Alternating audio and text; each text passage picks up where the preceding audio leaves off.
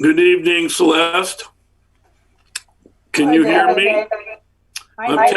Good, thank you. I'm testing on a new computer, so I wanted to know if everything was working. Good job getting us the correction ahead of time.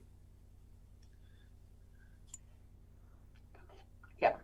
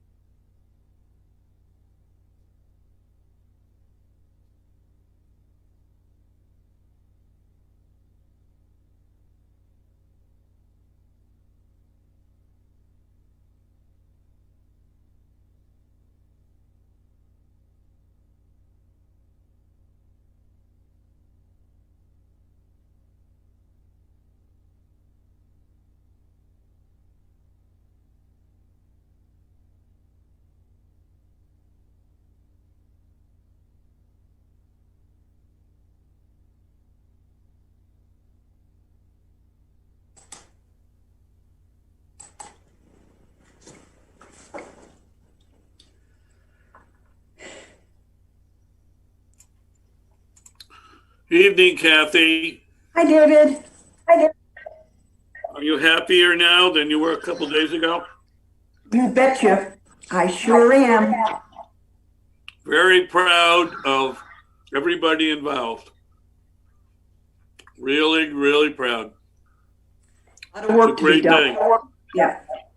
Well, once you start really caring about doing something, then it's a lot of work. Of course. But I think the country, a lot more people are happier today. God bless us. That's for sure.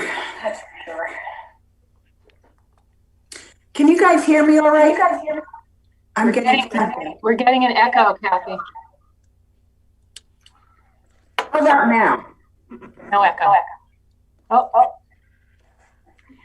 There's an echo when I speak now. Now? You're echo. We all have that. We're all echo. I'm hearing everybody echo. Hello? Everybody's echoing. So it's not just me. Don't know what to do about that. Must be something in the atmosphere. You know, let's try everybody muting and then one person speak. Maybe we'll all mute and Kelly, you can test. Good idea.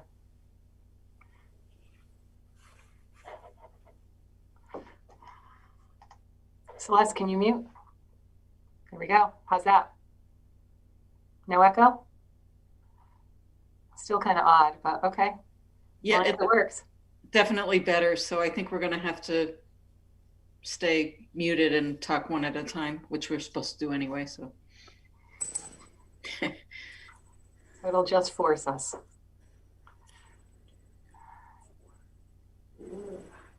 Well, we have a quorum, so I think it's time for us to get going here. Good evening. Welcome to this January 21, 2021 meeting of the Mansfield Board of Ed. I'm Kathy Ward, Board Chair. I'd like to call the meeting to order at 7 p.m. This meeting is physically closed to the public, but you may view the meeting live at townhallstreams.com/town or on Charter Spectrum Cable, channel 191. Public comment will be accepted by email at mboesupt@mansfieldct.org, either before the meeting or prior to the second hearing for visitors. Comments can also be mailed to the Mansfield Board of Education, 4 South Eagleville Road. Celeste, would you have a roll call, please? Sure. Susanna Everett, Martha Kelly, Martha, you're here. Edith, I'm here. Rebecca Aubrey, I'm here. I just want to say it looked like Martha was trying to unmute. I just want to make sure, in case she needs to speak later, that she'll be able to. yeah. David Latrico, Here. Catherine Paulus, Here. Elizabeth Verge, and Kelly Zimmerman. Kelly will be a few minutes late, Okay. so she should be coming in shortly. All right. Edith, would you read our mission statement, please? Yes. It is the mission of the Mansfield Board of Education, in partnership with the Mansfield community, to ensure that all children acquire the knowledge, skills, and attributes essential for personal excellence in learning, life, and work within our global community. Great, thank you very much. Now, may I have a motion to approve the minutes of December 3rd, 2020 regular meeting? This is Rebecca, also move. Thank you, Rebecca. Do I have a second? Second that. David. Thank you, David. Any discussion? All right, all in favor, you can just raise your hand or say yes. Yes. Catherine? Yes. Oh, that- Yes. Great, that's unanimous. Thank you. Now I have a motion to approve the minutes of December 7, 2020 special meeting. I'll make the motion to approve the minutes of the second meeting. A second that motion. Special meeting. December 7th special meeting. Yes. Thank you, Dave. Do I have a second? A second. Thank you, Edith. Any discussion? All in favor, raise your hand or say yes. Yes. Yes. Yes. Great, that's unanimous. Thank you very much.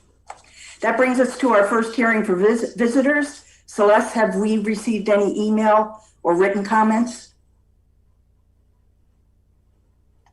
No, we have not. Great, thank you. Any communications to the board at all? No. Great. Any additions to our present agenda?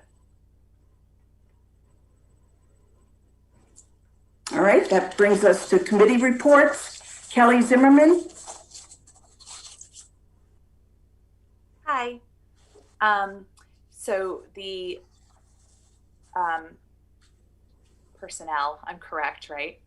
I just had a blank. The Personnel Committee completed negotiations and we'll discuss them in executive session tonight. And also this spring, we'll commence negotiations with secretaries and nurses. Great, thank you, Kelly. That brings us to information, presentation, and actions. Superintendent's report. Okay, good evening, everybody. Nice to see you. I have a few things that I'd like to share with you this evening, kind of the comings and goings of what's happening in the school system. And I'd like to begin with quite a bit, actually, of exciting news.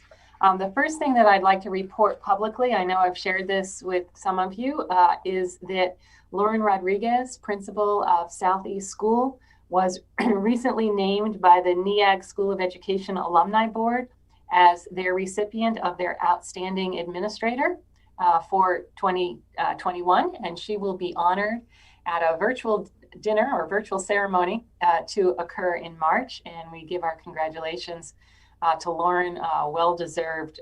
Lauren has been the principal of Southeast School for 8 years.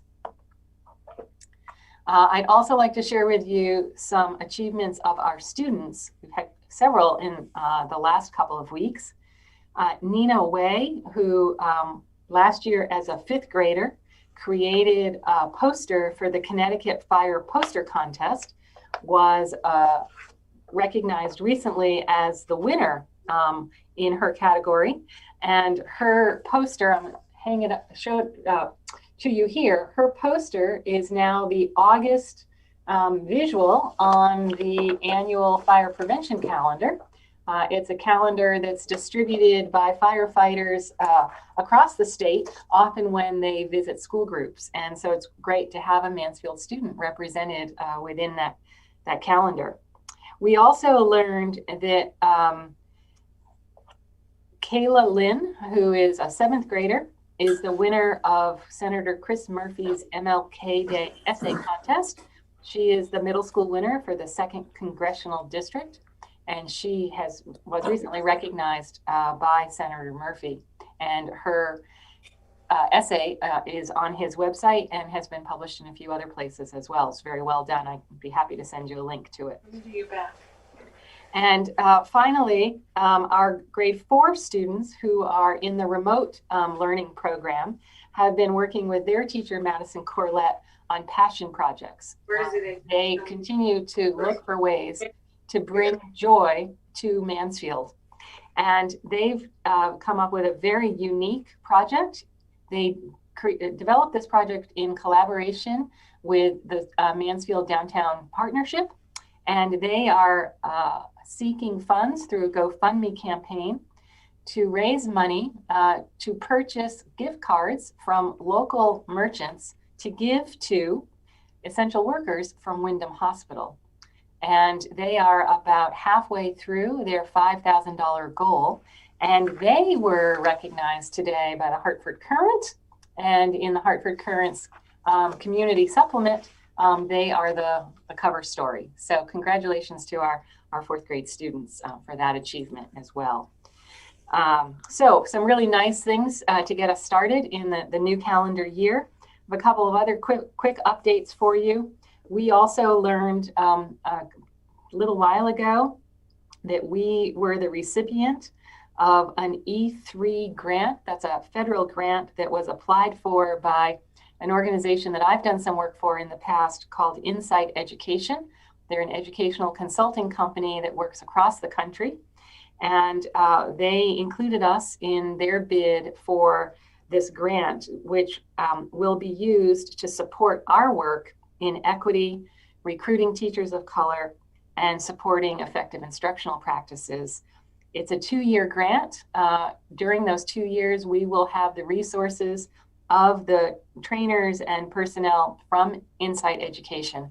The thing that's most exciting about this grant is that it is a network grant, which means we will become part of a network where we will have the opportunities to interact with other school districts, districts from much more diverse places than us, Delaware, Mississippi, South Carolina, and we're really looking forward to the educator exchange opportunities that this grant provides as well, all virtual, of course, at this time, but we're hoping that in year 2 of the grant, there may even be some opportunities to do some travel. That is a substantial grant. They've awarded us $79,000 a year for each of the next 2 years. And so it will all be professional development funds purchased through Insight Education. We've had several meetings with them already, looking at how we can best use their services to support the work that we're doing and really advance the goals that we've established for ourselves here.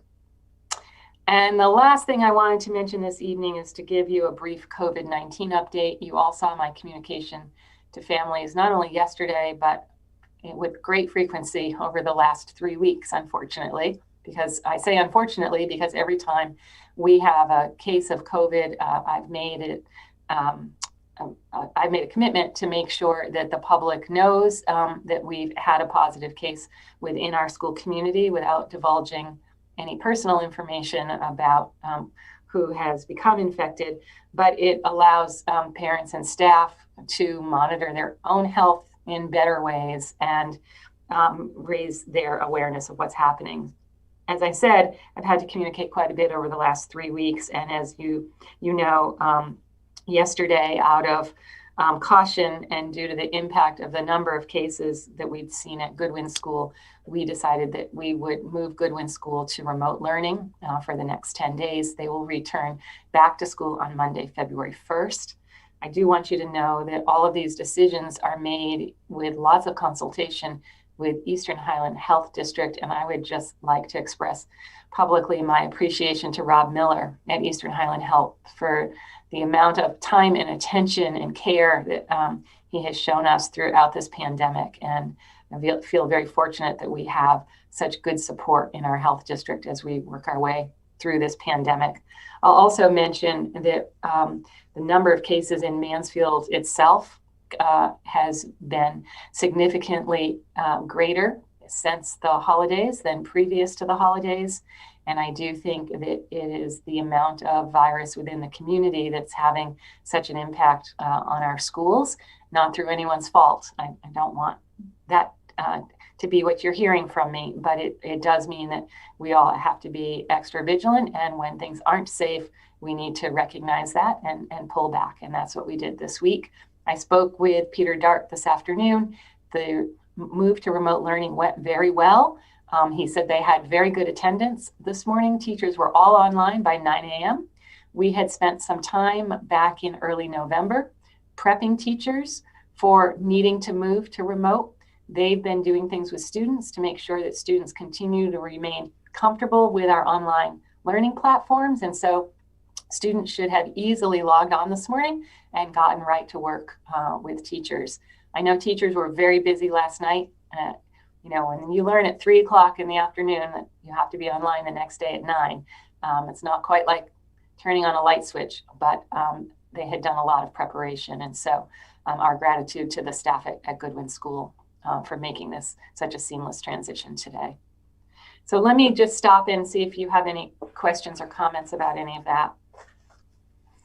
I have a question, Kelly. Well, actually, I have two. Why were we selected for this grant? What does Mansfield do that they found attractive to want to include Mansfield in it? So we were selected because Inside Education knew of the work that we've been doing in our instructional practices work and in our Portrait of the Graduate work, and also knew that we had interest in improving our work in equity. And so when they were reapplying to the government, they actually were looking to add some diversity to their network, and felt that Mansfield would offer them some of that diversity as well as the opportunity to share best practices. Great, thank you. Congratulations. That's wonderful. Thank you. Go ahead, Kelly. I have a second question, but would it be appropriate for the board to just send a note to the folks, the students, and to Lauren? Sure. Very much so. If everybody's okay with that? Yeah, Kelly Zimmerman, I hope you don't mind me jumping in. This is Rebecca, because I actually had a question tied into that regarding Lauren Rodriguez. When you mentioned a celebration, I was wondering if that was a Board of Ed celebration or if that was NEAG. And I just wanted to suggest I would really like to see a Board of Ed celebration of her. And I think a note would be lovely. And I think notes and something for the students would be lovely. I think we always do such a great job of celebrating accomplishments of students and of our Teacher of the Year. But I think particularly given everything that educators have been through in the last year, I would really like to do something more as a board to celebrate and honor Lauren.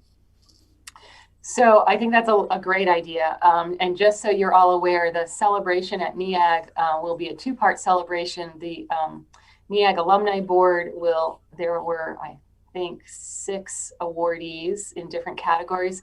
The NEAG board will meet with the awardees in a special Zoom meeting, I guess, celebration. And then there'll be a public a presentation that I'll be sure you all have the link to so that you can see it. It will be a I think, a multimedia presentation, and each of the award recipients will be featured in that presentation.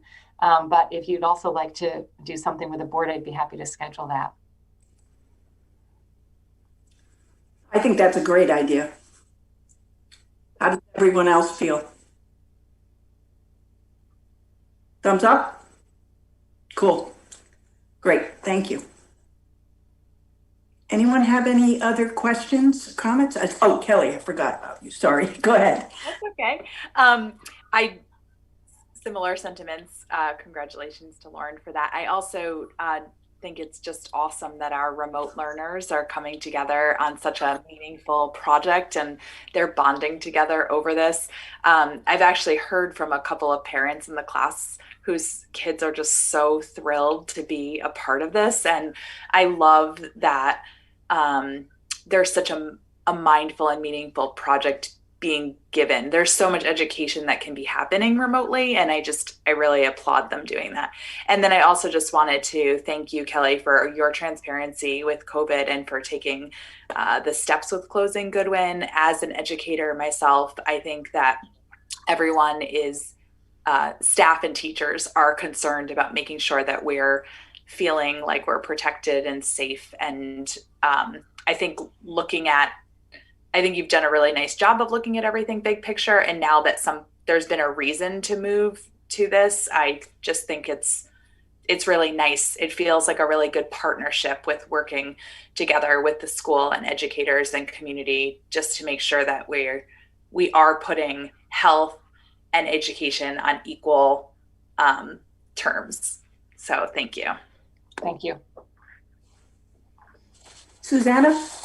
Just a quick add. I agree with everything that everyone has said, and congratulations to everyone. I will also just, echo that I think that fourth grade project is not only testament to the students and their teacher, but also like this vision of ours of the districts to do project-based learning, to do student-centered work, to really integrate across projects, like TAB projects that are integrated across subject areas, and to see that come to life, and for the students to be recognized in the current and everything is really neat to see how that can happen remotely, because I can't even imagine how, I know Madison is an incredibly talented teacher, but it's just neat to see all that happening.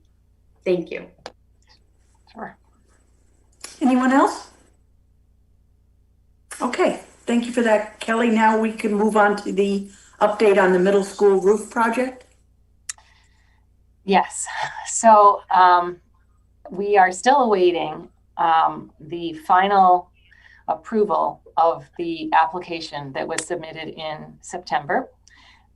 We did get a call from the state a little over 2 weeks ago, letting us know that they were ready to receive the results of our referendum, and that as soon as those were received, they would be offering us a project number, which means that the application had been approved. We should have received that more than a week ago. I think we've made 3 phone calls now trying to get what we need in writing. Once we have that project number, the next step is for us to do a review meeting of the project plans with the State Department and then go out to bid. We can't go out to bid until the state has reviewed our plans and offered approval of those plans. We're anxious to get this project out to bid so that we can get it started immediately when school closes in June. We're still okay time-wise, but we're going to keep pushing to make sure we can get that review meeting as soon as possible. Questions? Okay, thank you for that. I do have a question. Is there any particular reason that the state is so slow on this? I don't know. I don't know. I mean, other than like everybody else, I'm sure they're trying to work remotely, and I think processes are jammed up in lots of ways, but we're being very persistent. Okay, thank you. Kelly? Yes. I'm sorry, you just on time. Go ahead, Dave. Are there any funds available because we're doing a solar project? Is there like an extra fund out there somewhere that we could tap into? No, remember our reimbursement rate is quite high for this. It's over 70%. And so I think we've reached pretty much the maximum amount of funding that we could gather from the state at this point. Anyone else? All right, 21-22 school calendar. So in your board packet, you received a copy of the calendar for the next school year. This is your first review of the calendar. Typically, you review it in one meeting, and at your next meeting, you take a vote to accept or to modify the calendar as presented. I will tell you that this calendar is essentially the same calendar that we've used for the last several years with regards to the number of school days, the number and placement of professional days, and the placement of vacations.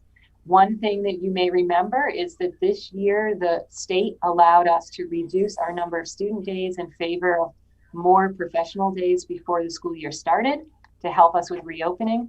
Next year, we need to go back to the minimum 180 days. And so that means in Mansfield, we usually have added 2 additional days. So we have 182 student days.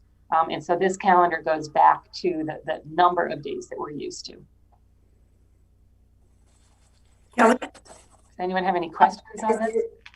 Has there been any discussion on the state level as to allowing any of our snow days to still be conducted virtually in the future? At this point, all the allowances that have been provided for the current school year were 1-year allowances. And so we don't know the status of any of those. And I suspect we won't until we see what happens with vaccination and case rates. Okay, so we would be keeping like a 5 to 6 day built-in snow day. And then if that changed, we could create a policy around what we would do. Okay. Absolutely. Yep. Right. This calendar does include 5 built-in days. Martha? You're on mute, Martha.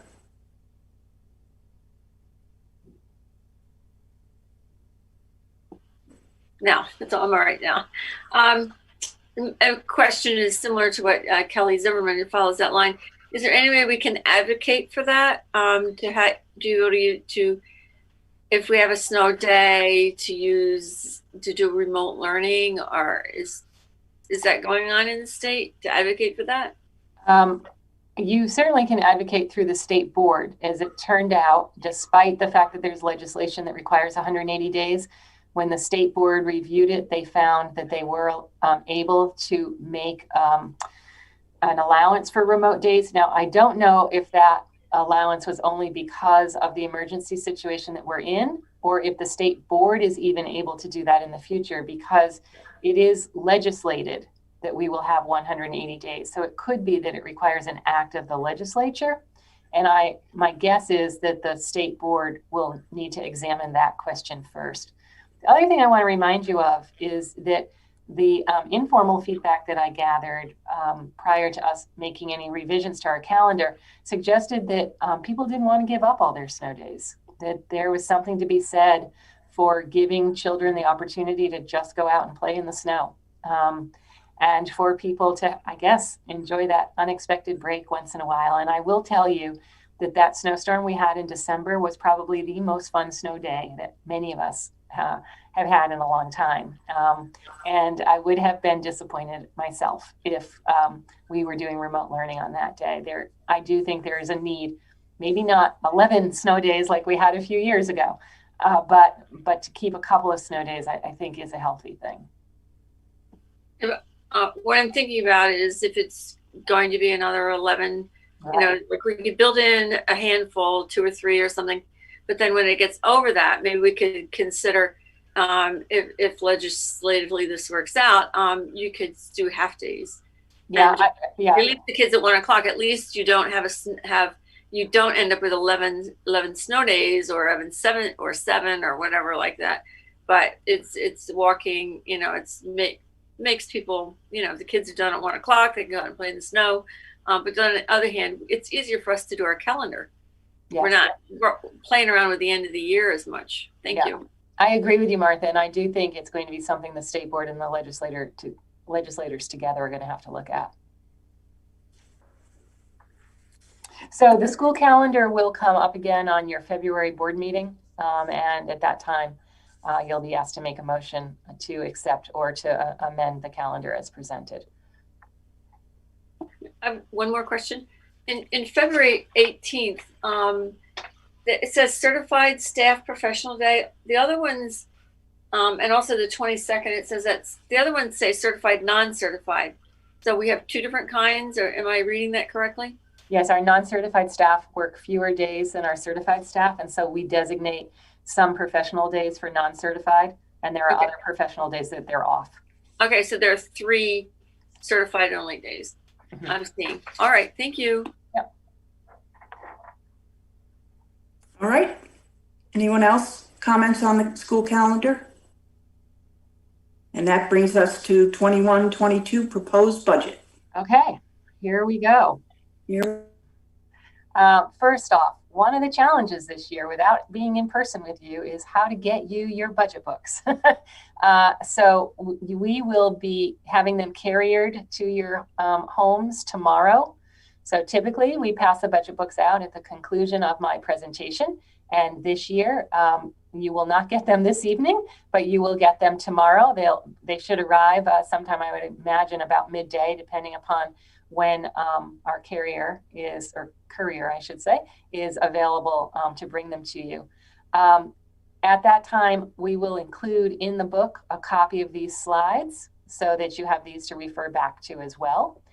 And I'm going to show you the budget presentation on my full screen, which means I'm going to hide all of you.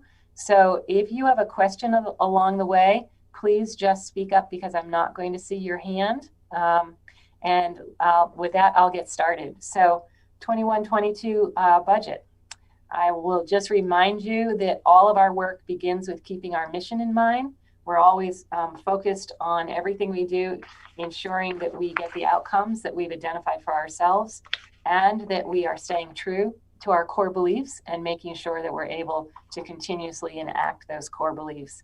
And so it's important that our budget support that ability to do so. And of course, working with our current strategic plan, we also make sure that we address these 6 important elements of our work, each of which has a set of action plans for the year. And again, there are some budgetary supports that need to be provided in order to complete this work.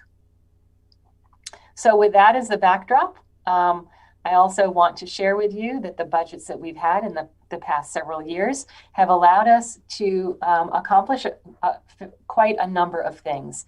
I do believe that the community of Mansfield is getting a good return on its educational investment. Each year I share some of our accomplishments, both student accomplishments and professional accomplishments. Many of the things that our students achieve in a formal way occur in the mid to late spring. Well, you know, mid to late spring last year, we were all home. And so lots of those things didn't happen. We didn't have any formalized, standardized testing. I have no results to share with you about how well our students performed in comparison to their peers in other districts. I don't even have data to share with you how our students performed year over year. But there were a few things that happened, some of them even remotely, like Connecticut History Day, which 69 of our students in a remote environment still chose to participate in History Day. We always have great success there. 19 of our students advanced to the state and 10 moved on to the National History Day competition. We also had 5 students that qualified for the Math Counts competition at the state level, and that was something that happened just prior to the pandemic, I believe. And our teachers and administrators continue to make presentations at local and national conferences, even those that have gone virtual, and that includes this school year. There have been some of our teachers and administrators sharing our work with others, not just around the state, but across the country. And I should also mention that thanks to good support from the community, we were successful in passing the referendum for the middle school roof and photovoltaic project. When I think about our accomplishments, though, in the last budget year, most of those have to do with how we managed moving to a remote learning environment at the start of the pandemic. We adjusted in less than 2 weeks from never having done anything remotely to full remote for all of our students.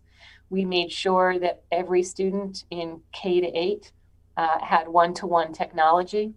We established a CARES team at each school to make sure that we were supporting our families, that we kept every family engaged, and that we understood our families' needs during this most difficult of times. More than 100 families received weekly deliveries or pickups of breakfast and lunch at no cost. And we even managed to continue learning in the summer with 46 of our students, primarily those with special education needs or other learning needs, receiving virtual summer programming, much of it one-to-one, and with 120 of our students opting to participate in a summer enrichment camp program that ran for 4 weeks, which was just very exciting. If again, as I think about this last budget year, I have to also think about how we managed coming back to school after having been out for so many months. We successfully, I believe, returned to in-person learning and still managed to provide a remote learning program to those who requested it. Initially, we had 287 students, or 28.9% of our K-8 population, participate in remote learning.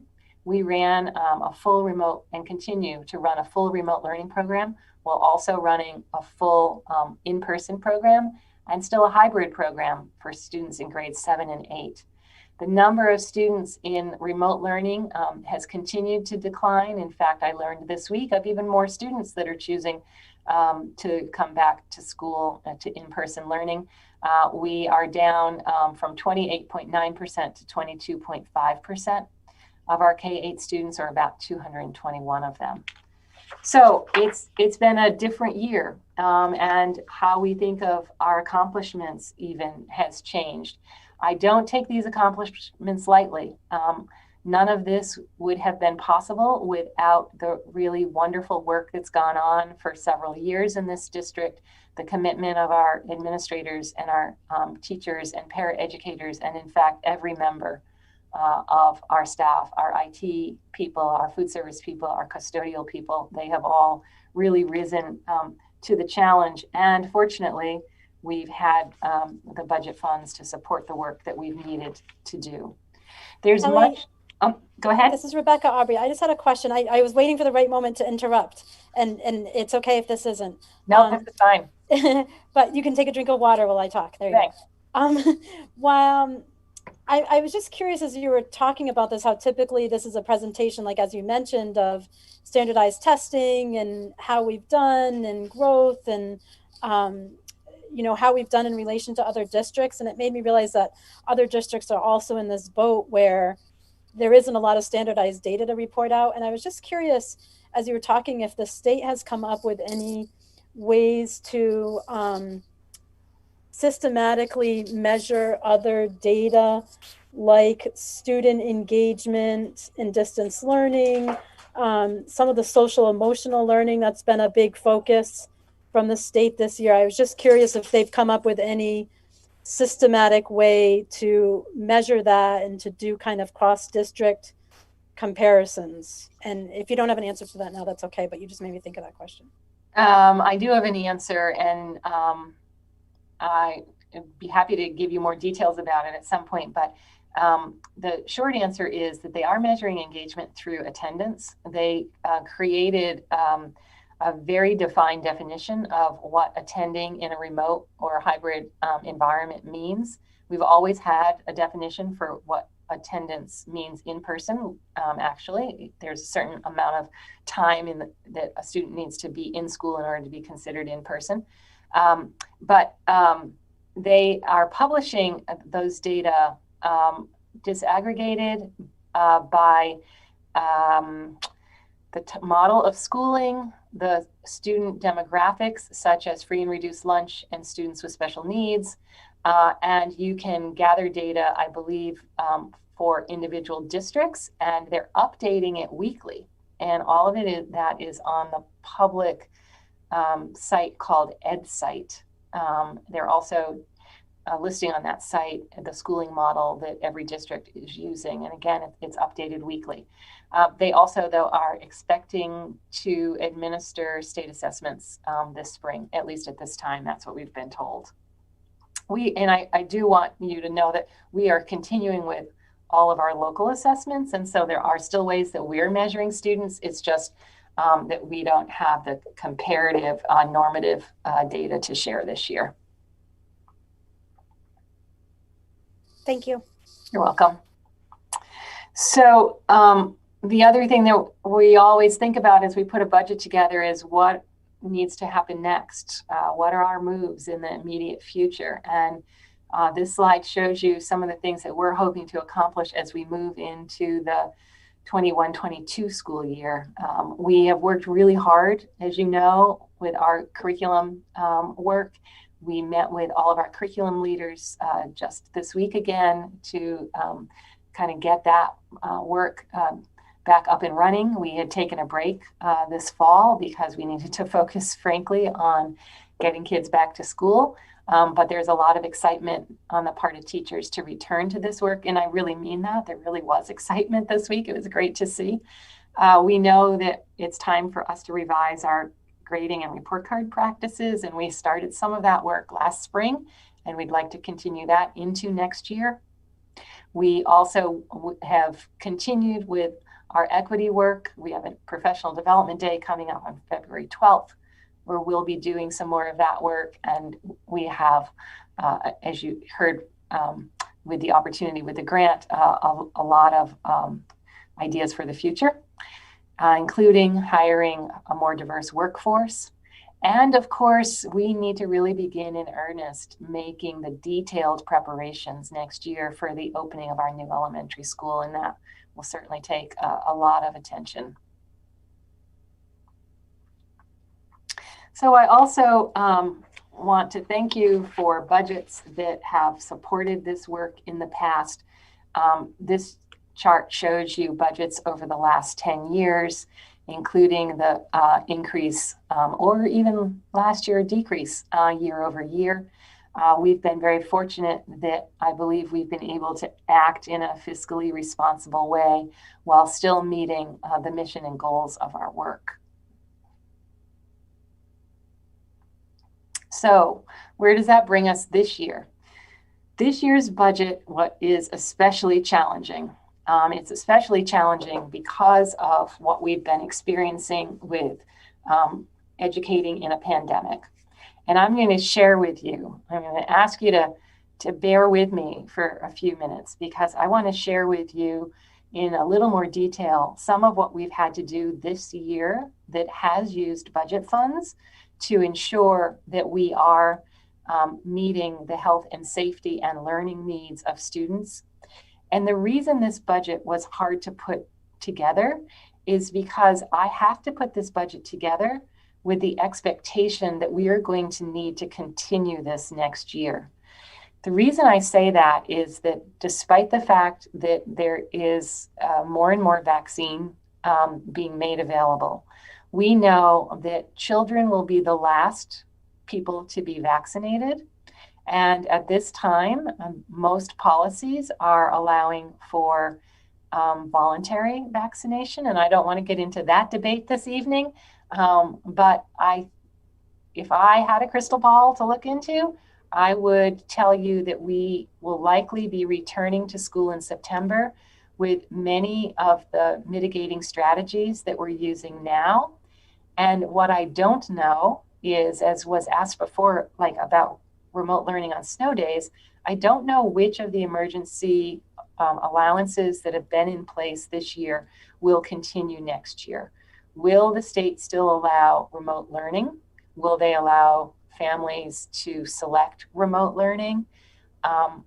Again, knowing what I do about how this virus has been ravaging us, think that's the best word I can use. And what we've seen and have heard about vaccines, my guess is that it's going to, at least for the first half of our school year next year, going to be a year that may look quite similar to this year. So with that as the backdrop, I've crafted a budget that allows us to meet the same level of service, or provide, I should say, the same level of service to students and staff that we're providing this year. And I'll show you as we go through these slides what that has created as far as increased salary obligations, which is really our greatest driver this year in the budget. Unfortunately, though, that's followed close behind by what's happening with employee benefits. Much of the increase in employee benefits is due to medical insurance increases. Again, I'll give you more detail as we go through the budget. There's a small increase still next year as we continue to ramp up towards a new finance and accounting system. You may remember there is a significant outlay of dollars for that last year. There's a little bit of an increase in preparing to adequately budget for students choosing magnet schools or those students with special needs who need to be outplaced. But the good news is we did find some energy savings this year. So the overall budget that I'm proposing this evening is an increase of 3.5%. I'm going to walk you through that in more detail. One of the things that we look at each year is to ensure that we are continuing to contain our special education costs. I know I've shared with you before, and Charmaine can certainly add her voice to this, that it is not unusual for districts to see special education costs closer to the 18 to 20% level, and it is one of the containment area, or one area of the budget that we've been able to contain while still providing really excellent service. So I just wanted you to see that this budget continues that tradition. I also want you to get a glimpse of our student profile. Although we've reduced the number of students, we are finding that the students with needs is increasing year over year, and it has been slowly increasing year over year for the last 3 or 4 years. These 3 indicators are what the state uses to identify what they call high needs students, students that often require an additional level of support beyond the general classroom.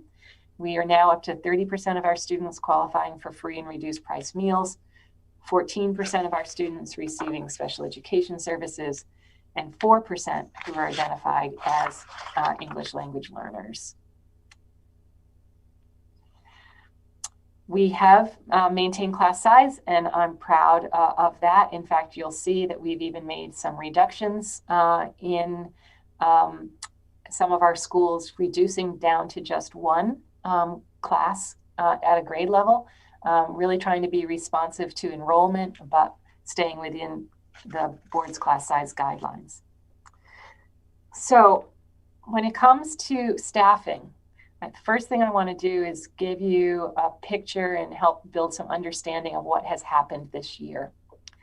There were 2 things that we needed to address as the school year opened. We needed to make sure that we could provide a viable program for those, at the beginning, almost 300 students who chose to stay remote. A program that continued to meet our goals and objectives, and that allowed us to provide instruction in ways that we knew to be most effective. In order to do that, we created a remote learning team. In order to create the remote learning team, we reassigned some staff. We hired some teachers that we thought, remember, we were told remote learning was temporary. So we hired some teachers that we thought could help get us through this temporary period as long-term subs. We hired some paraeducators to help us, but not just for remote instruction. We also looked at our classrooms, especially around October 1st, when we returned our elementary students to full in-person learning. We needed to make sure that despite our comfortable class sizes, that our class sizes allowed us to meet the physical distancing requirements and provide students with the supports that we knew they needed this year. And so when we looked at those two sets of needs, we ended up bringing in 6 additional personnel as teachers, some that we hired as contracted teachers and others that we hired as long-term subs. And we hired 11 paraeducators. We've been able to do this without running a budget deficit. And the reason we were able to do that was we had some unexpected retirements. You've heard me say this before, but the COVID pandemic resulted in some people after school closed last year even who decided, some as late as August, that they did not want to return to teaching and that it was time for them to retire. And fortunately for them, they were able to do so. So we used some of the savings there from the people that we hired to replace them. And we reallocated how we use substitutes. In the past, we've allowed teachers to do a fair amount of professional learning, both inside and outside the district. And we frankly had teachers with a fair, amount of typical illness. One of the things that's happening this year is that except for COVID illness, people aren't getting sick. And so the good news is that we hadn't needed the daily subs. And so we've been able to use monies that typically we would have used for daily subs to supplement our staffing budget. So that's a significant number of additional staff that we've needed this year. I also want you to know that we didn't just go out and hire, we also reallocated a lot of staff. We have 3 schools that no longer have a full-time dedicated reading specialist because we have reconfigured those positions to either, in some cases, classroom positions or remote instruction. Our enrichment teachers at every school have become classroom instructors to allow us to reduce class size even further. And we added, as you know, a technology integrationist position. We did not fill one of our reading specialist positions, actually. And we reallocated one of our PE teachers to be an SEL coordinator for our remote learning team. So it was really a combination of new hires and reallocations that's allowed us to accomplish what we have this year. So that brings us to next year. So anticipating that we may need to keep staffing at the same level, we looked very carefully at enrollment. And as I mentioned, each year we staff our classrooms based on actual enrollment, and we know that we can reduce 1 elementary position and 1 grade 8 position next year without affecting class size. In other words, we can maintain our class size guidelines because of the decrease in overall enrollment. And we also know that we can make a slight cut to one of our music teachers and still maintain the level of programming that we provide now. But in order to do that, we think, or in order to meet rather the needs that we have this year, we think we need to add to the budget 1 teacher for remote instruction and 1 technology integrationist. That position should continue, as well as 7 paraeducators. Any other teaching staff, whether it's certified staff or paraeducators that we need for next year, we would again look to our substitute account and likely hire those certified staff as substitutes. So that gives you a picture of why the staffing account has increased so much. Well, yes. The additions is that on top of the additions we made this year, or is that carrying them forward? It's a really good question. It's carrying them forward. But in order to carry them forward, because these were unanticipated positions in last year's budget, in order to carry them forward, they look like additions, right? Okay, thank you.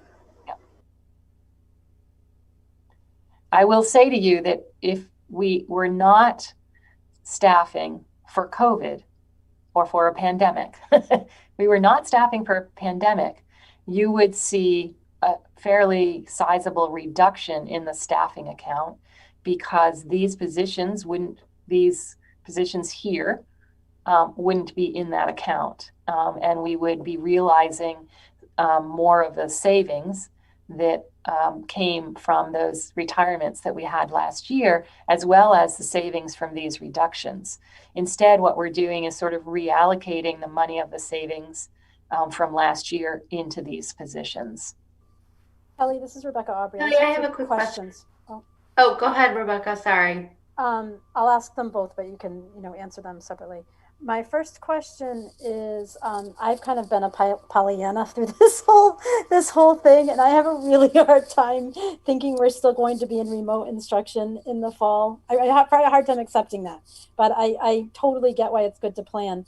My question is, understanding that we need to budget for those positions and secure the teachers, but what happens if my dreams come true and we go back to normal in September? Like, do you have, what are your guidelines for when you need to give notice versus in all of that? I think you get at what I'm asking. I do. And secondly, the position of a technology integrationist, in my opinion, sounds like a very valuable position to have, regardless of whether or not we're having remote instruction happening. I think, as an educator, in my opinion, we've learned so many amazing things through the adaptations that we've had to make. And in order to teach remotely, in order to teach digitally. And I think a lot of those things are really great that we need to continue to do. And so I don't think we need to throw everything out when we go back into in person. And I guess what I'm trying to say is that the bottom line is, I think continuing to explore what we can do with technology and how we can integrate it is such a valuable position to have, even when we're back in person. I'll start with the second question first. I think there are a lot of people in this district who would agree with you on that one. I think that's been a real boon for us this year. The woman in the position, Karen LaFave, is doing a phenomenal job, and she is really providing a tremendous amount of support to, remember, all of our elementary teachers who, until yesterday, were not teaching remotely most of the year. And so it's really been about integrating technology into the in-person classroom. So yes, I'd love to find a way to try to keep a position like that in the budget. But to your first question, so I agree with you. I was not ready to accept that we could be coming back to school next year under these same conditions. And yet I really feel like I have a responsibility to plan for that. We don't want to be caught short. We were very fortunate this year that we had the funds to do what we've done. There are a lot of unknowns. Clearly, I might be wrong. Maybe we're going to come back to school and all things will be normal in September. Or maybe we're going to continue to receive some federal assistance, and all of this extra staffing that we need could be addressed through federal assistance. I will tell you that the federal assistance we've received thus far has not allowed us to use any of the funds for classroom instruction. In the state of Connecticut, only the districts of the highest need were allowed to use their funds for classroom instruction. But with that said, although we've not seen yet how how the state will disperse the relief funds that were voted on in late December, our understanding is that there will be some more flexibility. And certainly we've heard in the last day and a half already a lot of promises for more support for education in the coming months. If all that happens, Rebecca, or if any of that happens, we have until early May to modify this budget. So typically, you receive a superintendent proposed budget in January, and by mid-February, you've voted to adopt the budget. You do that so that you're prepared in late April to present this budget to the town council, and in early May for the town to vote on it. There's nothing that says you can't either wait to adopt your final budget until as close to needing to go to the town council as possible, or adopt it now and make changes by late April, or let this budget even go to town meeting. And if something changes over the summer, work with the town on how to reappropriate some of the funding. I guess just as a follow-up, part of my question was about making a commitment to those teachers, but then if we realize things change and we don't need them, like what timeline do you have for when you need to notify them that they wouldn't be renewed? So it's not as critical because many of the additional certified staff that we hired this year were hired as long-term subs because we didn't know of the length of their tenure with us. And so we don't have an obligation to the long-term subs. And the parent educators are also in a similar situation. We don't have, there's no tenure, right, that we need to worry about with parent educators. So we're free to dismiss them as we need to. I will tell you, we've hired some really fabulous paraeducators this year. Many of them are young people who, some of whom took gap years from their college studies. And we already know that we're going to lose a lot of the ones we hired this year. So I don't think, like worrying about the person, I don't think there would be a lot of layoffs. In fact, I think we'll probably end up hiring this many people among the paraeducator ranks next year. Thank you. Yeah. Can I ask a clarifying question about something you shared? This is Kelly. So if we went into this budget and then didn't end up needing some of the staff, like the remote instruction teacher or some of the paraeducators, that money doesn't become a surplus in our budget. The town reallocates it. Is that what you were? No, it does become a surplus, but we could work with the town on returning the surplus if you wanted to do that. Okay. And is that typically the option that would happen with that? Usually we've used our surpluses to, and we've worked with the town to put any surplus towards capital. Okay. So you may remember some of our transfers. So like we have a little bit of a capital account right now to support middle school renovations and a few other capital accounts that require us to make a proposal to the town council and then the town council to take a vote to agree to appropriate those surplus funds to their capital account. Okay, so that could be helpful with the new school project as well. Not the new school project, but anything you want to do to the middle school, it could be. Got it. Okay, excellent. All right, thank you. Kelly, one last quick follow-up question about all of this. That most people answered the questions I already had, or asked the questions I already had, which you answered. If, again, in a rosy, wonderful picture that we were able to be back sort of to our typical sort of setup for next year, how many teachers, classroom certified teachers, would we sort of lose out of this current budget? So we would continue with the reductions that you see here, the one elementary and the one grade 8, right? And the music teacher. But we would also not need the one teacher for remote instruction, the 7 paraeducators. And then it sounds like the technology integrationist might be something you'd want to debate whether or not to keep.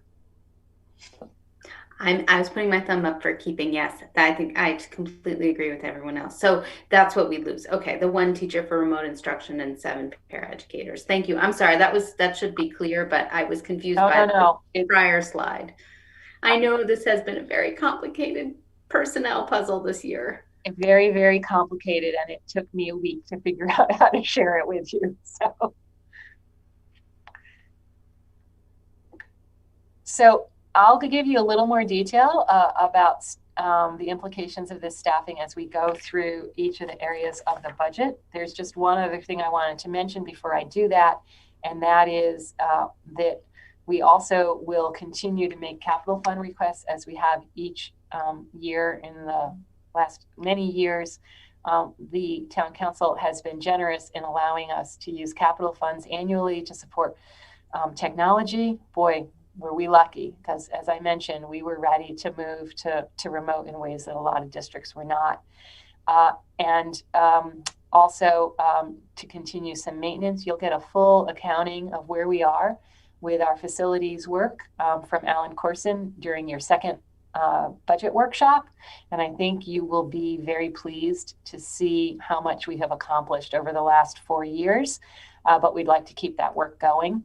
And this year we are going to make a request. We don't know yet if it will be accepted, but it is time to replace the generator at the middle school. That's a critical piece of equipment. And we think it is nearing the end of its life. And so we are going to make a request to the town to include $360,000 for the generator replacement. And again, I think that's going to depend on all kinds of things. But it's something that we need to get on everyone's radar, because if we don't do it this year, we're going to need to do it very soon. Kelly, could you remind us what the cutoff is when something comes out of capital funds versus when we have to go to referendum? To go to referendum. Charmaine, I may need your help on that one because it's not coming to me. Is it 500,000? It's oh, wait a minute. I think I have it. It is no, I actually don't have it. Okay. I think it's 800,000. 800, thank you. Okay. Not on my cheat sheet. I'm sorry. Thanks. Okay, so let me take you into each area of the budget and just a little bit of detail. Again, you're going to get all the detail in your next 2 budget workshops.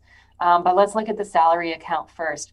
Salary account over account is up 2.9% over last year. Interesting increase, $444,460. 64.7% of the operating budget is composed of salaries. When you add that to benefits, you can see that there's very little truly discretionary money. Certainly salaries are discretionary because they're based on negotiations and on positions, but they are obligated expenses each year. And so it's a big slice of the budget is salaries. I mentioned the reduction of 2.3 positions due to enrollment, but the addition of some positions to support the pandemic. We also have a few teachers that remain eligible for a clause in the teacher contract that allows for a bit of a payout over a 5-year period for announcing their retirement early. That is a clause that's been sunsetted. There are only a few teachers left in it. And so it costs us less and less each year. So we've made a reduction there. The benefits account is interesting because every time you add a new employee, there's also a benefit cost to that. Certainly there's the medical benefit costs for those employees that are eligible for medical benefits, but there's also a contribution that the school district makes to the retirement accounts for non-certified staff. And so as we've added more paraeducators, we've needed to increase our contribution to that account known as MERS. And so you'll see on this slide that the benefits account for 17.5% of your operating budget. So again, if you add that to the 64.7% of the salary account, you can see that we're close to 80% of the budget is for salary and benefits. Of the benefits, 68.4% is for medical insurance. And as I mentioned, our medical insurance had an increase this year. The first time in, I think, about 3 years that we've seen. Very, very fortunate for us that it's been this long. But this increase is due primarily to claims activity, meaning people used the doctor, they had surgeries and other procedures. And so our claims were a little bit higher last year. And they've estimated an increase of somewhere around 16, I think it was 16%, 14 or 16%. But as you know, we also have a very healthy fund balance in our health insurance fund. And so the members of that self-insured health insurance fund met and agreed to apply some of the fund balance towards the increase this year, which reduced our medical insurance increase from that high of, I said, close to 16% to 8.4%. The other thing that we've noticed in this pandemic is that unemployment compensation has increased. I had to ask how that could be when we haven't laid people off. But it turns out that people who leave us have and take another job elsewhere, if they become unemployed, they actually go back to the previous employer as well as the most current employer when they charge unemployment compensation. And so we've been charged or assessed more fees for unemployment this year. And given the pandemic, we expect that to continue. So that's why we made an increase in that budget line. The next area of budget is our services. This includes transportation, the outplaced tuition, our share of financial services and technology services. This is where we find funding for the OT-PT services that we contract, and repairs and maintenance. And you can see very, very minor increase here of just $46,000, much of that assumed by transportation. In the supply area, we continue to decrease. Again, it's not an account that is a large portion of your overall budget, but as our enrollment has decreased, so too has our cost of providing materials and supplies. And so we've got a $29,000 decrease here. And the same with equipment. Not only have we had to buy less equipment because of reduced enrollment, but we're also not buying any equipment for our elementary schools, knowing that we'll soon be moving into a new facility. And there's another section of your budget known as other programs. Suzuki, the Montessori school, where we are required to provide the school nurse, and our summer school programming. There's a slight increase of $8,000 across those other programs for next year. So next steps, as I mentioned, there are 2 workshops coming up, and then the board meeting on February 11th. All of those meetings will begin at 7 o'clock. Next week, next Thursday, you'll hear all the details about the elementary and middle school budgets, as well as the student support and special education budgets. On February 4th, we'll look at all of the district management accounts. So that's IT and library services and board and central office functions, and also facilities. And the facilities presentation will include an accounting, as I said, of what we've accomplished in the last several years, and looking as we have to 5 and 10 years beyond to understand our facility needs. And then at your regular board meeting on February 11th, you'll discuss this budget and hopefully come to some decisions on adopting a budget. So let me stop there and see if there are any other questions. Just quickly, Kelly, what was the bottom line on this budget? 3.5%. That's the increase, the actual dollar amount? The actual dollar amount is, I haven't committed to them yet, $822,410. 822,410. Okay, thank you. Anyone have any other questions? Was that amount, that's the amount of the increase, right? Correct. Oh, you want what the yes total dollars spent? I'm sorry, total dollars spent or proposed $24,289,950. Thank you very much. You're welcome. Anyone else? Questions? Thank you for that. Sorry. This is Rebecca. I have a question, and Kelly, you might be addressing this next week, but I have been noticing that I find myself going to the copy machine about 1% of the time that I normally would, and I was just curious. I know there's been a lot of extra costs with the distance learning, but if there've been supplies savings in that end. And if that's going to be part of your presentation in one of the subsequent weeks, that's fine. But I was just. Yeah, I think you'll see that the schools have been able to reduce their supply lines. One of the things I'm most proud of, this is probably a minor piece of the budget, but when I first came here, it seemed like I was authorizing purchase orders for toner cartridges like over and over and over again. And I said to Janie, there's got to be a better way to manage printing. And so he did a really great study. And I think we've shared this with you in the past, but 3 years ago, we started installing small copy machines and took individual printers out of classrooms. And it has saved us tremendous amount of money on toner.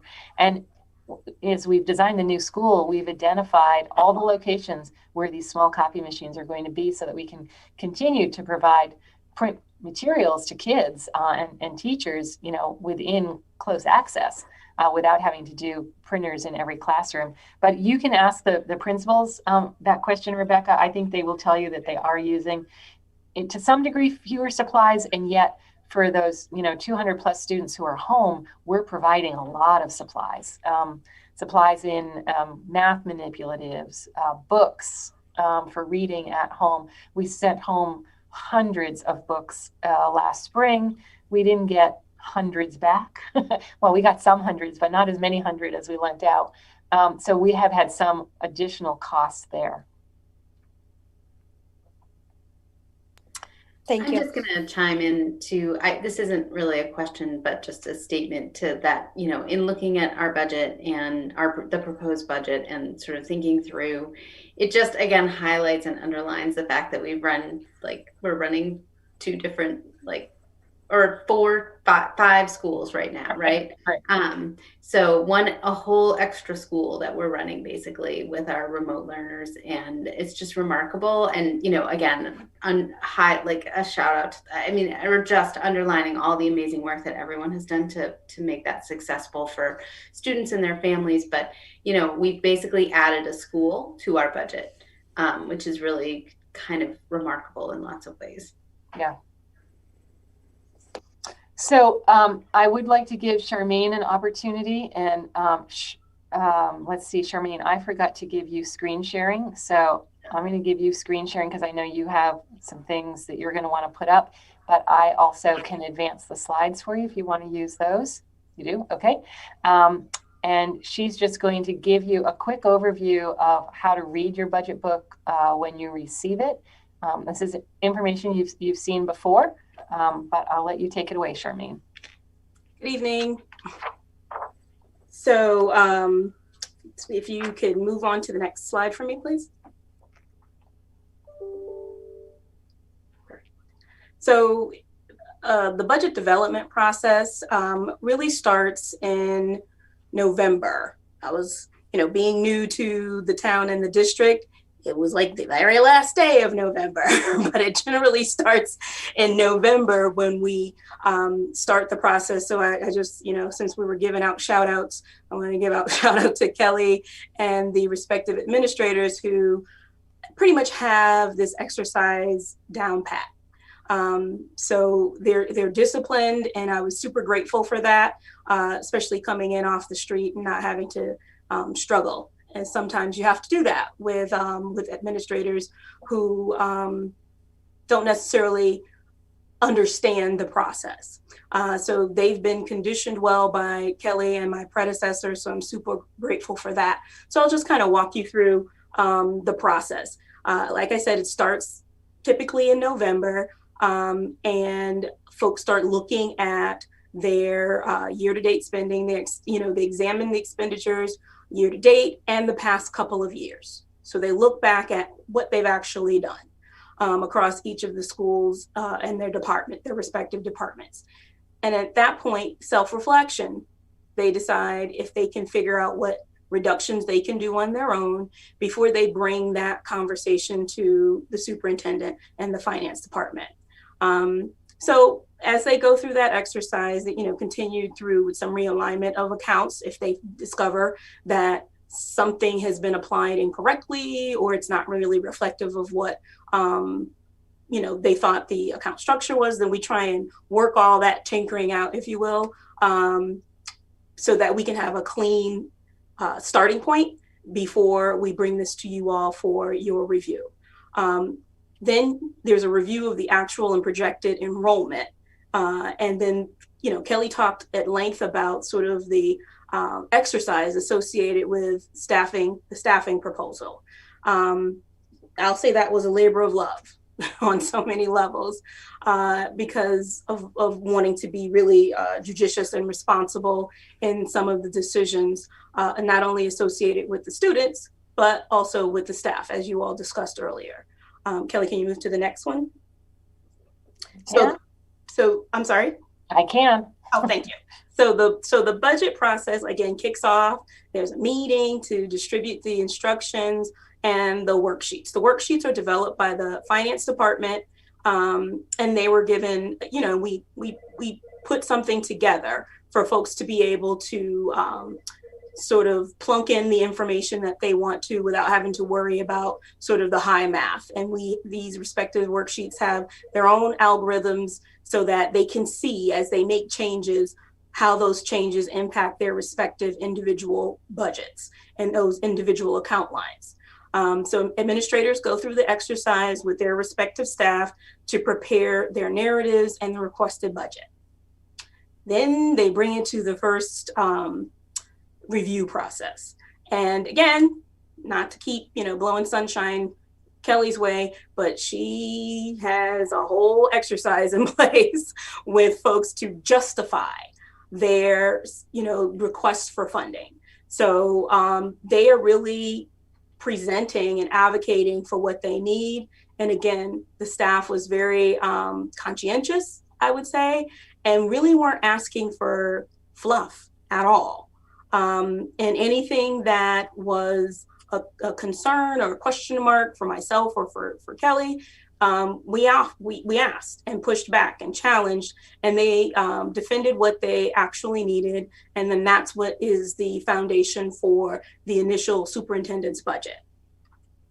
Okay. So continuing on, you all, the Board of Education, reviews that budget, the book that we're putting together to make sure that you have the full sort of appreciation for not only the overall dollar amount that we discussed today and sort of like the big buckets, but the granular detail as well. And from that point of review, when we, reconvene next week, you can make recommendations and, obviously ask questions.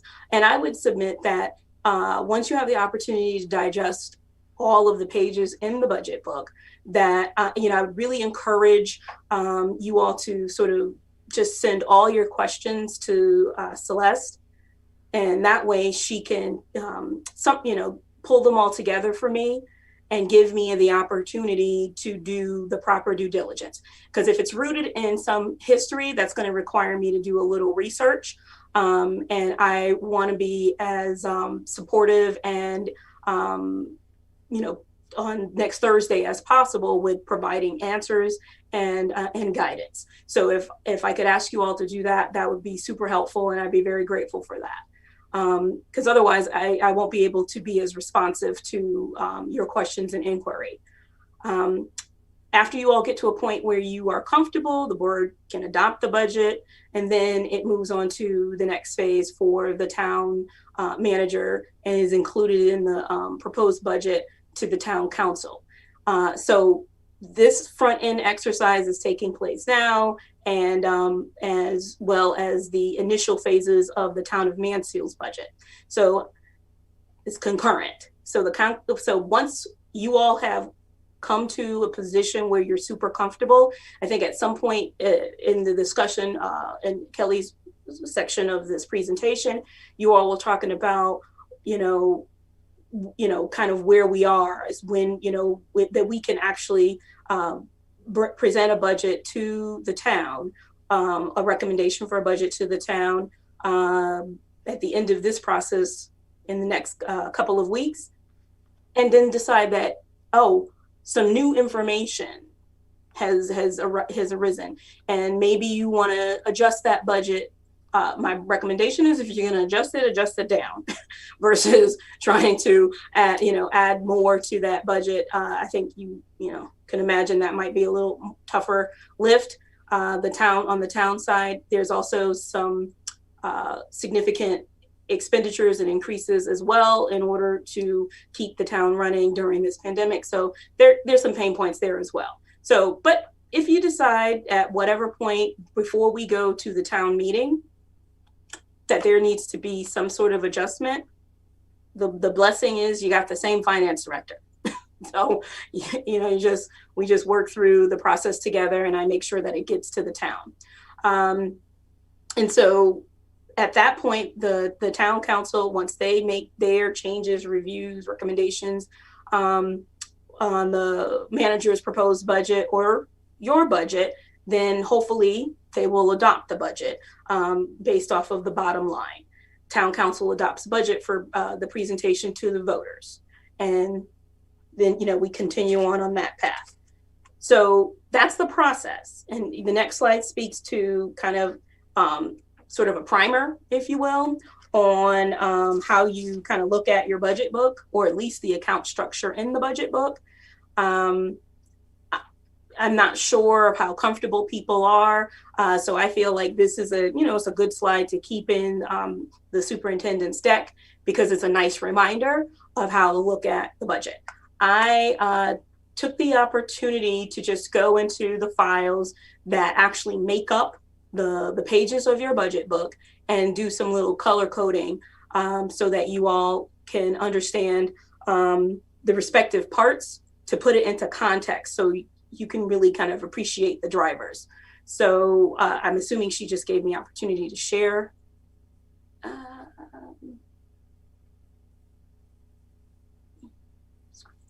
See if this is You have share screen? You should, yeah. Can you all see that? Yes.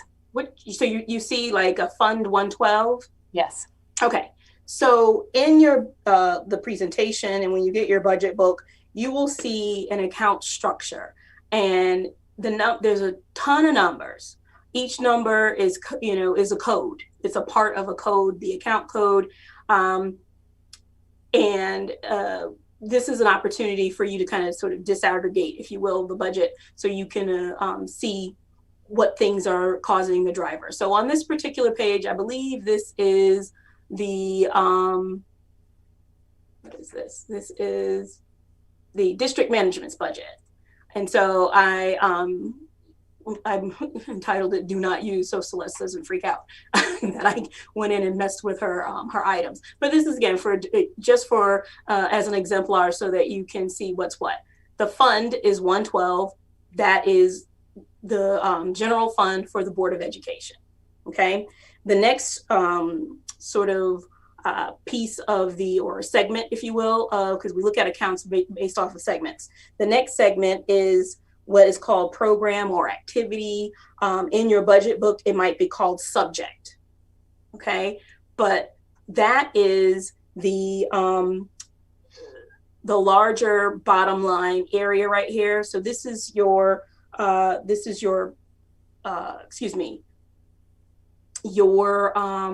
all of a sudden I just lost my train of thought.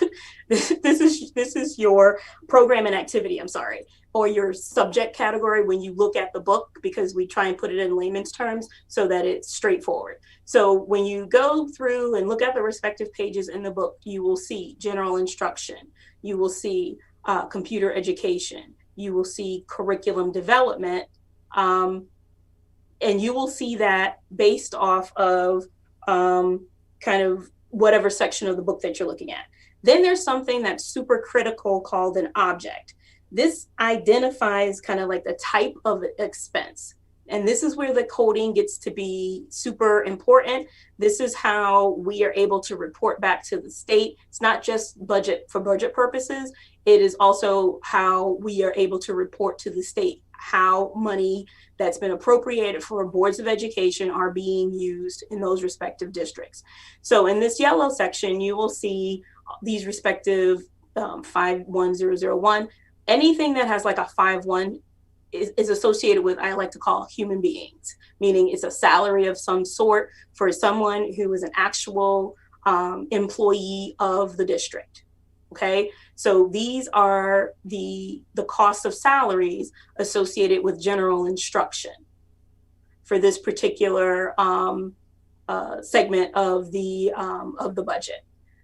Again, you go down to professional development, equipment repair.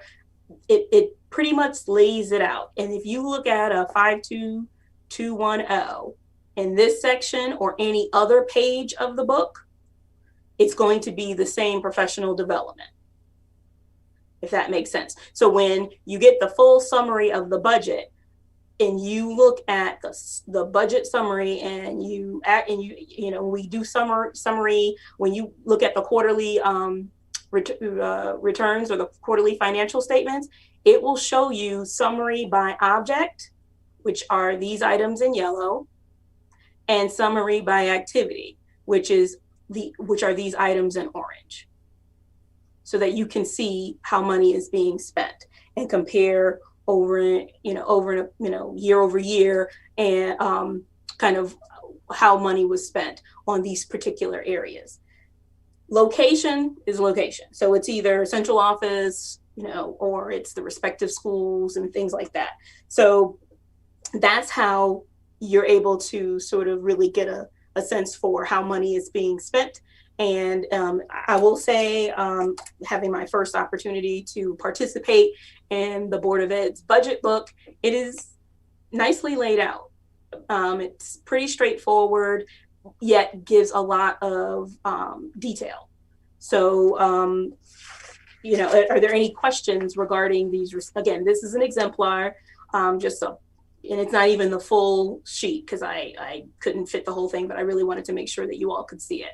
Are there any questions on this front? And I can't see you, so I don't know. I'll just say, Charmaine, thank you for walking us through and kind of that was super helpful. And also it's very helpful. I mean, this is the only budget I've ever looked at, so it's nice to hear your outside perspective too. And it's also good to hear a little bit of your perspective. I don't think Kelly often acknowledges all the work that she does in this whole process. So it's really nice to hear that from your perspective too. And nice to hear the administrative process that everyone goes through. So thank you so much for both, really walking us through the details, but also giving some bird's eye perspective that you have as our new finance director. Yeah, my pleasure. I've had the opportunity to be a consultant as well as work in other districts as an actual employee. So I've seen a lot of different representations.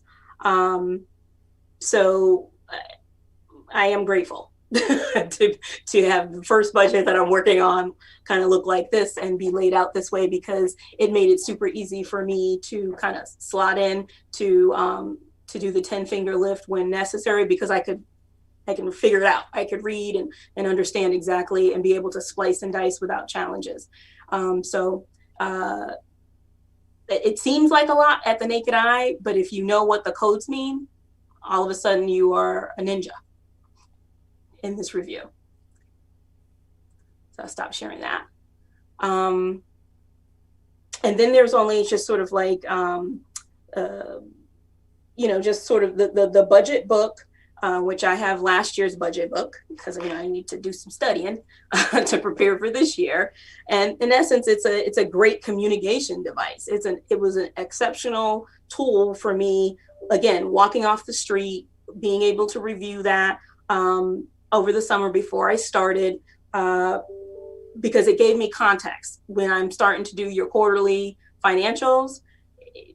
Otherwise, they're numbers on a page. If I don't know and understand kind of how you organize things and how the respective staff members and the users of the financial management system use it. So it was a great way to reconcile what I'm seeing in the system with what is being produced as a public facing document. So it's like I said, it's a communication device.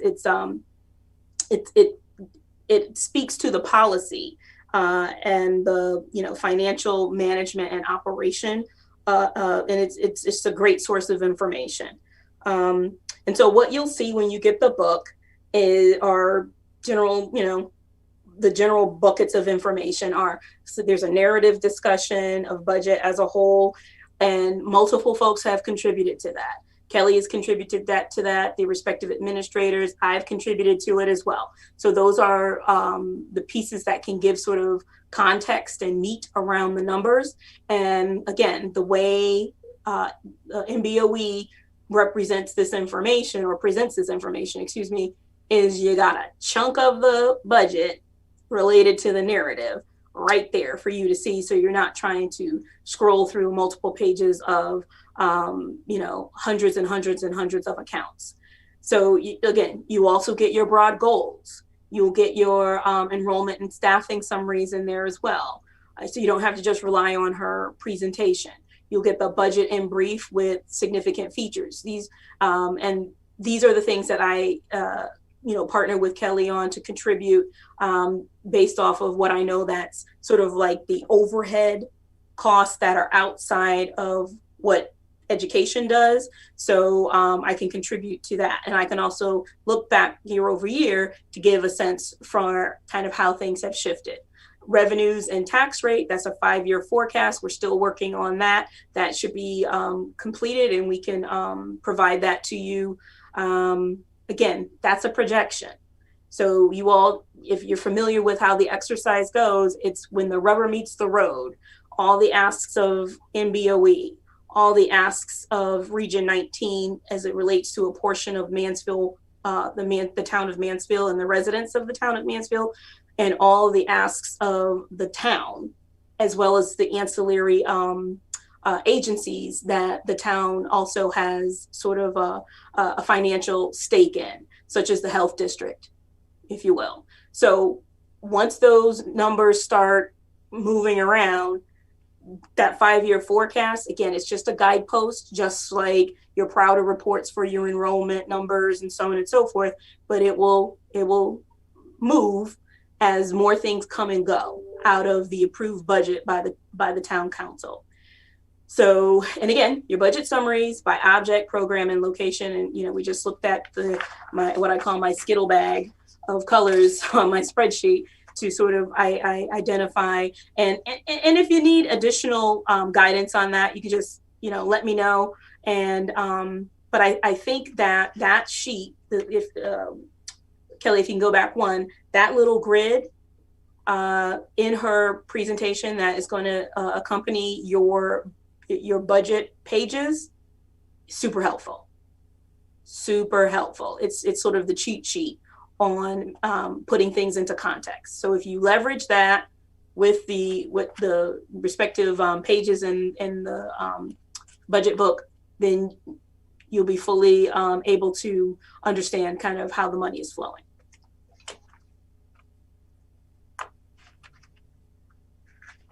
Okay, thank you very much. That concludes the budget presentation. Great. Thank you so much, Darlene. Thank you, Kelly. Great job. That was very helpful. I don't believe we have any new business. So that brings us to our second year. Can I just ask a question about what we've sure.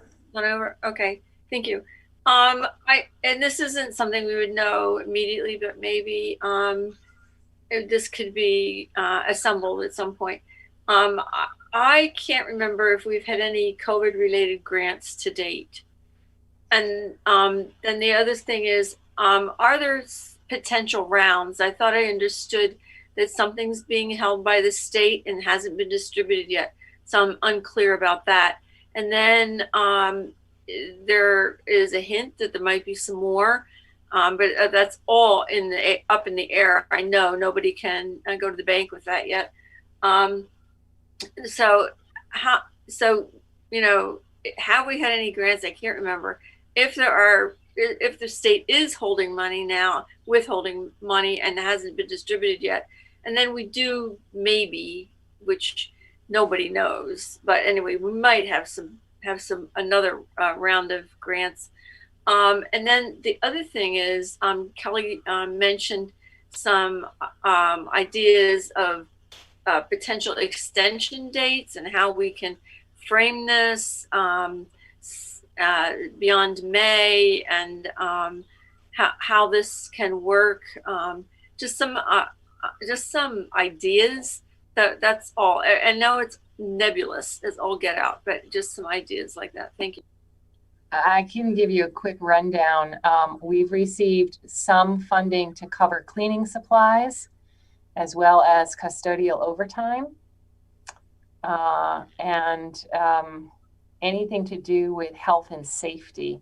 I don't know our total because that is a little bit of a moving target. We were appropriated a certain amount of money, and when the state didn't expend all of the appropriations, they've come back to us to let us know we could request more funding. I think, Charmaine, you said there's supposed to be another meeting in January? So, again, there's two ways of how the money flows, if you will. So you have on the education side, and Kelly, with her counterparts across the state, produce sort of feedback this past summer to the state to declare kind of what the need was, unbudgeted need, as far as trying to prepare for return to school. So you had a few of those programs that were in play, and I will say the state has been somewhat of a challenge, and I get it. We're in a pandemic, but it's kind of really short turnaround times that they provide for us for an inordinate amount of detail. So she's handling sort of the education side, and then I, on the town side, handle what they call the community Corona Relief Fund municipal monies. So there was yet another opportunity for distribution, and everything is kind of chunked out. So from March to June 30th, and then from July 1st to December 30th. And so we have the education side, and then we have the municipal side. And on the municipal side, it's more around abatement and things like that, and things that have nothing to do with education, like police and fire and ambulance and health district. But there was a small category for which I could submit for education, and anything that Kelly did not get funded for, I submitted on my end. Okay, so we did everything humanly possible to make sure we submitted in a timely fashion all the expenditures that were known that fulfilled on the eligibility requirements that I felt like they were making up as they went along in the short time frame that they asked for. So folks have been pivoting like boxers, if you will, to get this in and to get it in the fashion and format based off of the audit requirements that they are asking for. So Martha, when you ask about the next phase, so there's like drips and drabs and then floodgates of money and then changes and all these other things. And we just literally, this is when leveraging your network is super helpful, because people hear about things in other communities before it actually gets delivered via an official memo from the governor or from OPM or from the State Department of Education. So there is, as you may have heard, the former president signed off on the new package. So at the federal level, then they got to do the execution summary or whatever in order to distribute across the respective states. State of Connecticut is getting a large chunk of money. It's all relative. And there is, from what I've heard through the grapevine, again, leveraging one's networks and access to certain individuals and certain roles, the requirements or the guidelines are less restrictive than the previous allocations that they've afforded us. I have yet to hear what those are. So I don't know if they're going to finally put in staffing for, Kelly talked about, unless you're in a really indigent and sort of community, they weren't covering staffing. But every single community had to pick up additional FTEs in order to accommodate the segregation of students and the spacing. Who would have thought that that did make sense to them? So hopefully that will happen this go round. Also, it's almost like a trial and error kind of exercise. There are food service nightmares across the country, okay? And where the Fed said, okay, just feed everybody and we'll pay for, it's very nice to say that. The news says, oh, federal funding to feed all kids across the country.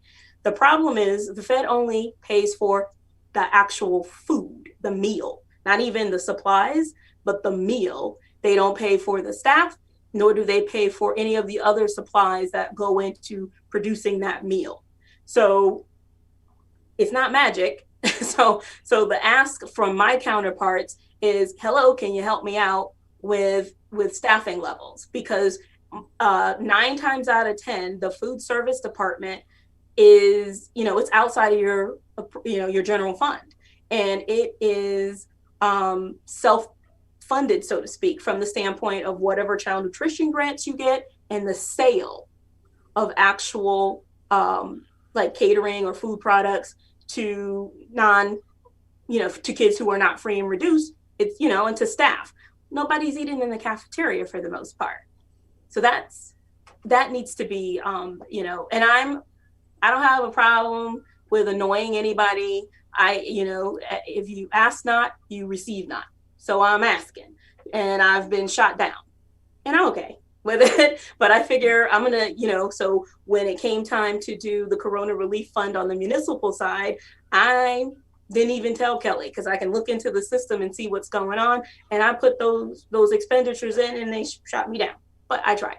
So I'm gonna keep submitting for them in the event that we can get them, because it's an expense of doing the business of school and educating kids in a public school district. So back to Martha's statement or question. Yes, it's coming. It was supposed to be some sort of communication in the last week. I didn't hear anything. I talked to sources at the state. They tell me next week. So we'll see.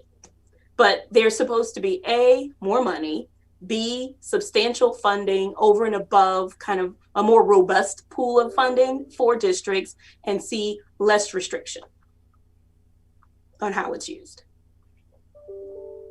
I hope that, I know it's a long drawn out answer, but it's convoluted. I mean, I understand why everything's in limbo, but that, as we look, we'll look over all the budget books, but as far, and that changes dates. I mean, everything, income tax filing, everything is moved months ahead of what it used to be. I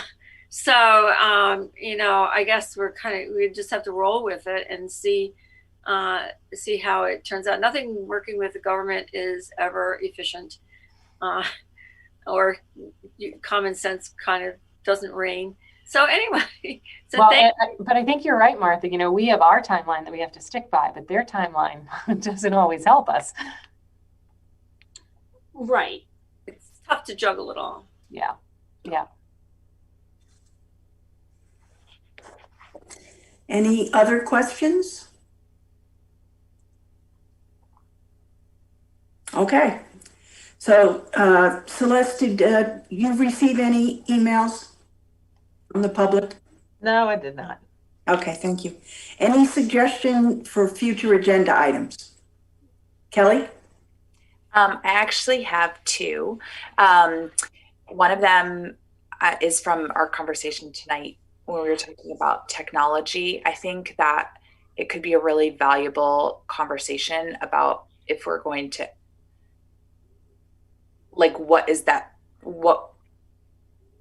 the technology position, and not saying in terms of the budget as to whether we should be keeping that or not. But I was thinking just, I would like to know kind of our technology plan, like how often we're replacing devices and where we are with things. I know we've touched upon things in small details, but at some point down the road, just what is our overall technology outline and plan, and what does that look like? So I think that would be neat to have a topic devoted to that.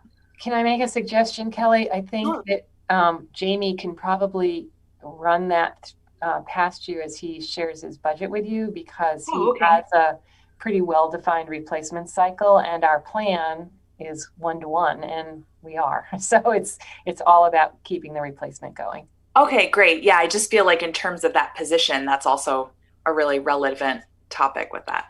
And then another more pressing future agenda item, I guess, is I would really like us as a board to be able to present a letter of gratitude to our teachers and staff. And I was thinking that it would be nice to time it with the 1-year closure of schools that they've spent this time doing. I'm happy to compose a draft and bring it to our next meeting and get feedback. I'm also happy to have anybody else help write the first draft. So I don't know if anyone has any. That's good to go. Anyone have any thoughts on that? Sounds great. Go for it. Happy to help. Like Kelly, if you want to write it or start writing it, I'm happy to help too. Okay, great. Thank you. I think it's a great idea. So I think anytime we can express our appreciation for everything that they've done, we need to grab onto it. So it's a great idea, I think. Any other suggestions? I had am concerned about students who, because they are doing remote learning, if we have a greater amount of them who are falling behind, and how we're dealing with, how we're helping those kids.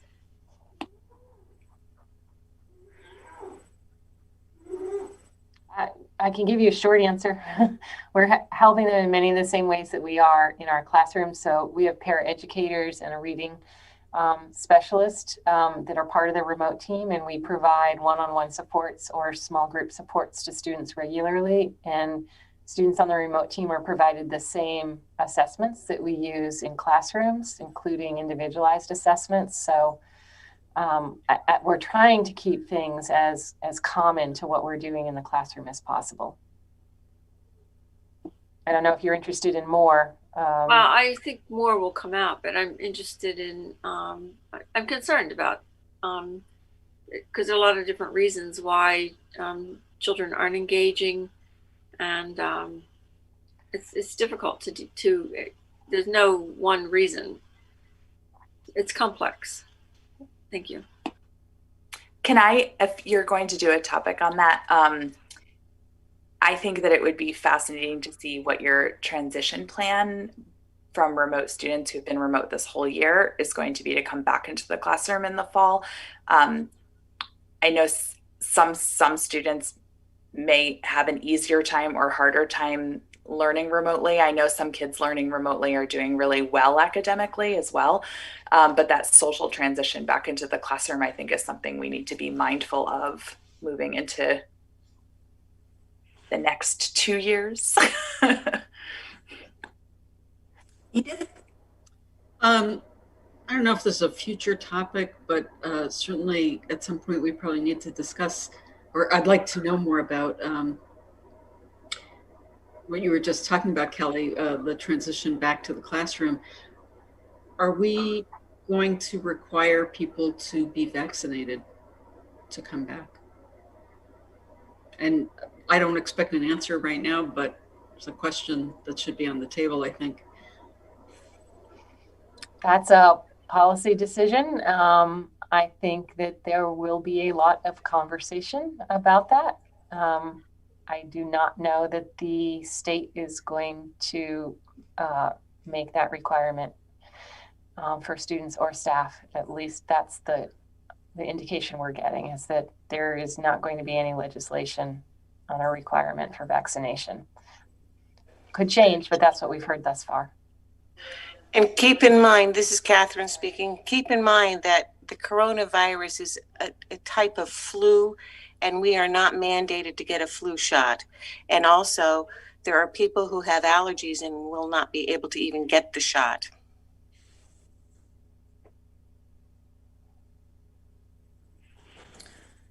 I wasn't suggesting that we have a whole discussion about it right now. I was more suggesting that at some point that might be worth it. Okay. Okay, we good on that topic? All right. Now we need a motion to go into executive session for the purpose of contract negotiations and invite the superintendent to join. And the finance director. And the finance director, I apologize. Can I have a motion? I move to go into executive session for the purpose of contract negotiations and invite the superintendent and finance director. Thank you. Do I have a second? I'll second. Thank you, Kelly. All in favor? Yes, sir. Thumbs up. Aye. Aye. Dave? Dave? Thank you. All right, then we'll go into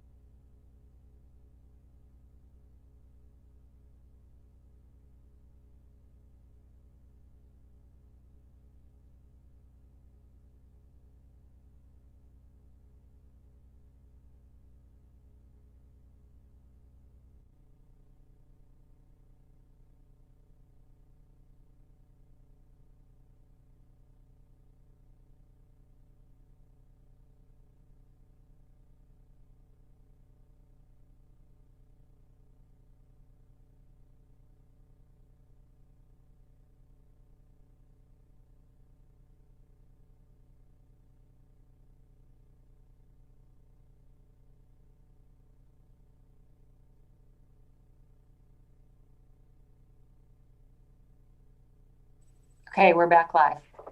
Okay. So could you read whoops. You're still here. Oh, I'm sorry. I lost the screen. But anyway, could you read that motion, Kelly, please? Did you write something down? I don't have a motion. Oh, no, I'm talking to Kelly Lyman. Oh, sorry. Oh, the motion is to approve the paraeducator contract as negotiated for the period of 2020 to 2023.